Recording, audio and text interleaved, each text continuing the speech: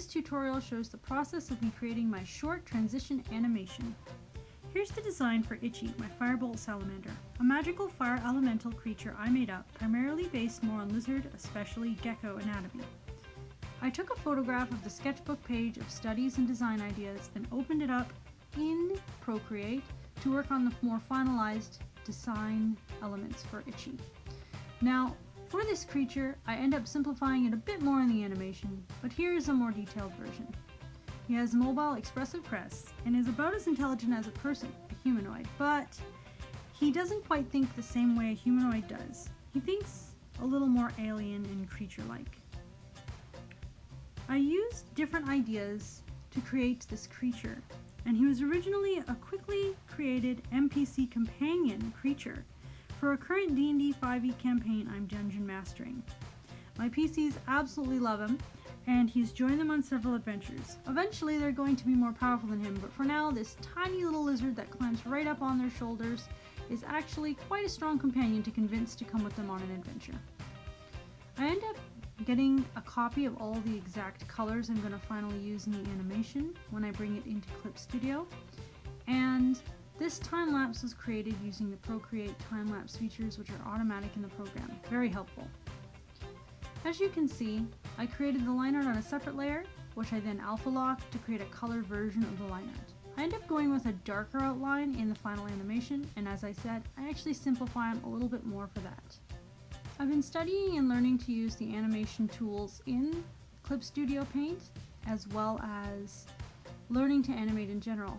I'm finding it actually quite counterintuitive and difficult to learn to use the tools in Clip Studio, and certain things I think should be easy and finding the tools for, I'm finding exceedingly difficult.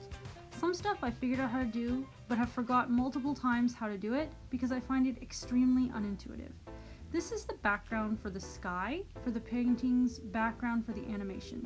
I made this painting in the Procreate and brought it in. It's a little difficult to import the image, in my opinion, in Clip Studio so that it actually shows up, but once you do, it's very useful to do so. Here's one way to do that. You go to New Animation Folder, so create a new folder. Then, File, Import, from Photo Library, if you saved an image you're going to use for the background to your photos, tap the location, then select the correct image. It will then appear invisibly as an object, extremely annoying. You need to select that layer, then convert that layer to rasterize. Here's one way. Then you create a new animation cell. Right-click on the cell, which you do by holding your finger down on iPad. Then when the list comes up, select the imported layer, whatever it has been labeled. Now you see, we can see the layer and it appears behind everything. Any new animation cells you make on top of this, and this will be your background for animation. You can also select it with lasso and selection tools and resize it if you'd like. Otherwise, it might spill out from the borders. Only what's inside of the bounding box will appear in the final saved animation. But this allows you to draw through the edge of these borders if you need to, in order to create your animation. And now we're going back to the main Ichy animation. Create different animation folders to put cells in. On the timeline on the far right, make sure to drag these different folders in the correct order, stacking them on top of each other like clear pieces of plastic. The way layers work, but each of these folders contains all the different individual animation cells. Make sure these cells are in the correct order. This mountain layer, where I'm painting the entire background on top of the sky, is in an animation folder on top of the animation folder which has the sky. Then on top of that, I have all the rough animation sketches in their own animation folder. And on top of that, I will do the final good animation folders. Individual cells appear in order along the timeline. It gets even more complicated because you can layer things on top of that, but for now, we'll keep it fairly simple. I'm using different imported and downloaded brushes to paint details into this background in Clip Studio Paint. I very much highly recommend you download and create your own custom brushes. The default brushes just aren't good enough in my opinion. I'm still searching for certain brushes to imitate ones I've already downloaded for Procreate. However, the brush engine in Clip Studio is extremely good. Remember, If you look at the blue lines for the box, that's where the final animation will actually be. And as you can see, there's already rough sketches. Before this area, I didn't screen record it, that is to say. I figured out all the lizard poses by using reference of an actual lizard running. This version, as you can see, is a rough, blurry version of a lizard. As the final animation is fast, it will be blurred. And it only has 4 legs, like a normal lizard. I used reference from real lizards to get this run down, and then I positioned and imported them until they were right in the perfect positions. I then hand drew in the poses for the head coming across the screen when Ichy goes around. When I go in here now to draw the finalized good version of the more simplified Ichy, I'll be adding in and changing it into Ichy. That is to say, making the neck longer, making sure there are 6 legs, changing the eye and the shape of the head to be larger, and adding in the feathery details. At first here, I fill in the solids of the colors and do the colored outlines. I do the feathery crest, but I don't do any of the additional spining and crest details on the body. Later, I'll go back in and add those in. For me, this part was most vital. And because the crest is so expressive, I found it necessary to do it right away at this stage. But I could have waited. I could have done just the body and legs and tail, then went back in and fixed all the crests, then went back in and added the tail. As you can see, I'm changing it from my lizard anatomy into my firebolt salamander anatomy. This is a very important thing that I recommend you do. You can also get humanoid poses and modify them into different humanoids. For example, take a series of photographs yourself acting out a scene for animation, import those, and change them by tracing over, like I'm doing, into your own characters, even something very alien. You could even use the upper body of a person gesturing as reference and change it into something like a centaur. Remember, reference should work for you, not the other way around. Don't be a slave to your reference, but use them to your advantage. I've been studying how to use Clip Studio Paint, especially in animation, and studying the features such as camera, tweening, and more. But I can't seem to remember how to actually use any of these tools yet. The entire thing is lovely, and I'm glad they added all these features. But I'm finding it not at all intuitive or the way that my brain wants it to be located, labeled, or work. So even many of the simplest features I'm finding very hard to actually use. However, creating animation cells, folders, selection, filling, and using the onion skin tools I'm finding much more intuitive and easy to use. Onion skin is a small button where you can create see-through alternate colored versions that are still visible. As you can see here, the blue version is the previous panel I'd already created. The black lines is in a folder underneath, which is my previously made very rough reference of the lizard pose. If I was between 2 cells, the onion skin would also show the next cell, which would show up in green, transparent colors. The cell I'm actually drawing on is showing up in the colors I'm actually drawing with. As you can see, I'm also selecting and moving the head out because Ichy's neck is actually longer than the lizard I used as the initial reference. Ichy's tail is also much longer and his body is a bit longer, so I'm having to modify everything to fit my design. I'm also deciding how much I'm changing things up from the original reference. Sometimes I change it barely at all and just turn it into Ichy, and other times I even move the tail and other features quite a bit more. I'm finagling everything for the finalized version here. The final version will also be blurred. I end up using filter, blur, motion blur, and different levels of blur, although a couple panels aren't blurred, just to show that he's running very fast and it looks blurry to the eye. I'm very well aware that there's tweening features available now, but even though I watched a whole bunch of tutorials on how to do it and took notes, I can't seem to remember how to actually use these tools yet, and I felt it was better to do what I could do and with what I understood and what I knew, and actually get work done, instead of spending hours restudying how to use this program again. And I'm going to keep studying and learning how to do it. Learn as I go and learn by doing. If I practice what I've already learned, I'll remember it better, and then I'm going to learn how to do more and hopefully remember that. For the finalized version of the animation, I used 2 separate animation folders. One on top, which had the line art, and one underneath, which had an equivalent cell, which had the colors. Later on, I end up doing some of the colors on the upper layer, but it doesn't matter in the final animation, as long as it works out. Next time I might just use one layer. But I found when I blurred it, the line layer that is. I had to go back in the underneath layer and paint back in some extra color because there'd be a gap between the blurred line and the color underneath. If I'd done it all on one layer, the blur might have worked better and it might have saved me some trouble, but it would have been a little more difficult to do certain effects like adding stripes, which I end up adding a bit of details in later, without going over on top features. I add the golden scoots along the back on the liner layer, but after that I add some texture and tone and striping onto the body on the color layer underneath, which was easier to do because these two layers were separated. So there's some positives and negatives to both of these options. In the end, you have to figure out if you want to use 2 separate folders, 3 separate folders, how many separate folders works for you for different layers and effects you're adding on.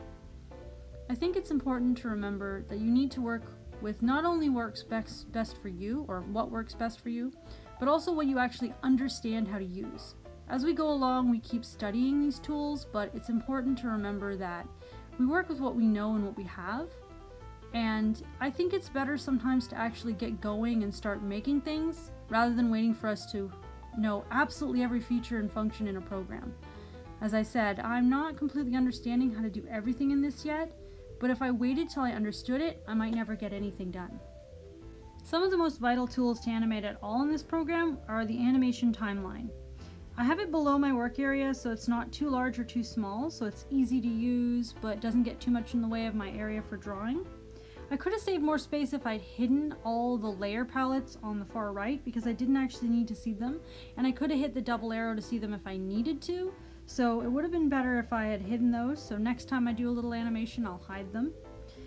In order to set up my workspace here on the iPad so it's the most efficient and lovely, I actually found a video on YouTube by Ruben Lara, which is called Setting Up Your Workspace in Clip Studio Paint. For iPad Pro. I also recommend all of his tutorials for Clip Studio Paint because they're extremely helpful, but I sometimes still have trouble learning things in this program because, as I said, it doesn't work in an intuitive way with my brain very well, so I have to keep studying them. But I find I really remember stuff better if I actually do it, so I would actually do art and animation in it to help yourself learn. That's definitely a recommendation. I used my custom-made quick access tool palettes here to gather all the tools I would need for this. Originally I thought I would use the animation folder more, but I actually tapped things more directly on the timeline, and I tended to use the turnip pen brush I was using. I ended up going with having a nice, fairly thick, solid line, and I did the color lines originally in colors rather than drawing them in black and coloring over them with some sort of clipping mask, and I thought that was much faster than the last time I did animation where I recolored the lines. I also don't love the fill tool in this. The best selection and filling option I've ever found is actually in Procreate, where it lets you lift the pen up and then continue drawing the line. I don't know why all the programs aren't like this, but in Clip Studio, unfortunately, you have to do one contiguous line or it guesses where you were finishing off, which is really frustrating. But at any rate, it's still a really useful option. So the magic wand tool can select any area within a closed border.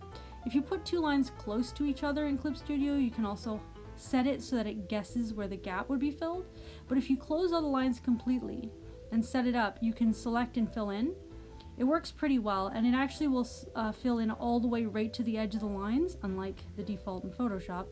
And you can set it up so it actually extends slightly beyond the selection area to ensure that there's no gap between the lines in the fill area.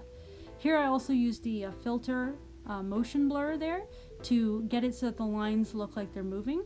Because this entire thing isn't such fast motion and it's just a short animation, I didn't have to have any of the creatures be super precise.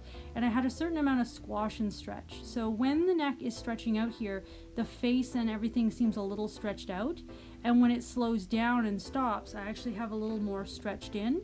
And I don't have the look of it absolutely crisp or precise because I didn't want to spend forever getting everything perfect. And also because of the quick motion itself, I think it works quite well that it's more unrefined and just a little kind of squishy, not super hard-edged or anything.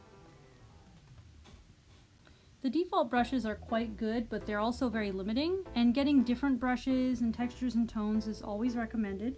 I really think you should go and take the time to make a login account for Clip Studio if you have the program, and download a bunch of free brushes. Some of them are in Japanese, but you can do a kind of translation to try to figure out what they're talking about. If you really don't like a brush and don't think you'll use it, you can always delete it after you downloaded it, but if you haven't downloaded it, you can't practice with it and use it for anything. You can also make your own custom brushes, and I recommend looking up how to do that.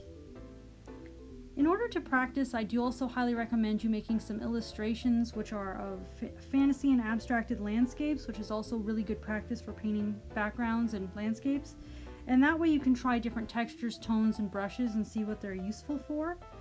And then you can also make notes of the brushes, and you can rename them whatever you'd like, and you can name them something that makes more sense for your brain so you understand what the brush is and what it's used for, and don't forget which one's which. And you can reorganize them into custom palettes and make little favorites lists of your favorite brushes. And this is really worth the time and effort doing, and you also end up getting a bunch of art practice in while you're doing that. So it's really wins all the way around. Everybody wins basically. Partway through here, I end up making a mistake by trying to make a copy of a layer where the head is in almost the same position, and I move it over. And what unfortunately happens is it moved the original over well. So this is a problem in this program. I really wish it was more, see, I had to fix it here. This is me fixing that. I cut out part of the process of me fixing it, but basically I wish duplicating something so you can modify it would be easier in this program. I know there's a way of doing it, but I can't really figure it out and remember. Here I'm adding all the little spots along the back and the feathers. There's a couple spots here I didn't screen record where I added the dots along the back. And I'm adding these feather-like scales, and I ended up making 6 paired sets along the back, plus that original almost bird tail-like edge near the rear legs. And there's also a bird feather-like fan at the tip of the tail, but they're actually supposed to be magical fire that's expressed in a sort of keratin-like scale that looks like a feather. And they're magical, so they're supposed to be sort of soft and hard at the same time. And because this is an elemental creature, it doesn't have to follow the normal rules of the physics of the physical world. It's originally sort of something that's supposed to be from the fire elemental plane and magical extra-dimensional planes. You can see me running through the animation a bit here. And going back through. Now, sometimes the onion skinning can be a little confusing, and this is also where I moved one of the between frames, and I'd actually forgotten to do a between frame, and I went back and fixed it and moved it between the other two. I'm also going back in and doing any finalized blurs, and I decided I think it would look better if almost everything was blurred. So when I went back through, I did blur a lot of things, because this is such a fast motion. It's this little magic fire salamander creature, which is very small. It's about the size of a cat, and it's moving so quickly. And Ichy as a creature has a 30-foot movement speed, so the same speed as a full-grown person charging in battle. So he's very fast, and the smaller a creature is, the faster it looks like they're moving as well.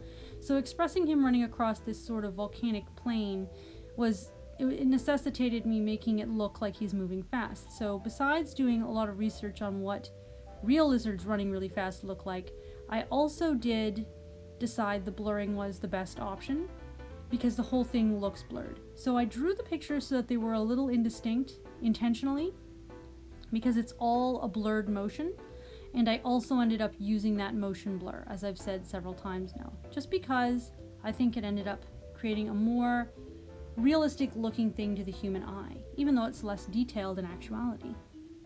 Also going to advocate practicing what you've learned as you move forward once again. Here's a slowed down version of the final animation. And then I'm going to show you the full speed. And this will be intended to be used as transitions rather than just the plain ones when I think it's appropriate for upcoming YouTube videos. I'm also planning on doing a subscribe plus notification bell transition to add in, and maybe a new final ending animation that replaces the one you're watching now. One that actually includes animated things. If you have suggestions about what you think I should animate, you can obviously suggest them below, and I might even do a new one if I get enough suggestions or likes, even if I do one. Well, goodbye!